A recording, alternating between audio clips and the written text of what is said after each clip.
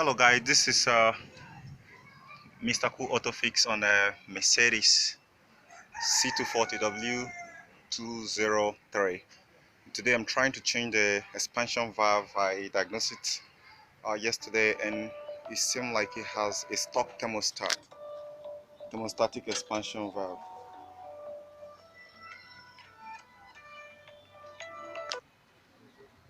Okay, you've already seen I've removed the wiper blade, the air system, because the expansion valve is sitting somewhere here. And this one, when you're getting this wiper machine off, you need to see this tab here that is socketed here. Okay, so you need to be careful. It has a tab somewhere here. You need to press it before you pull it off from the circuit, from the circuit board there. Then when you get all these things off, here is your expansion valve.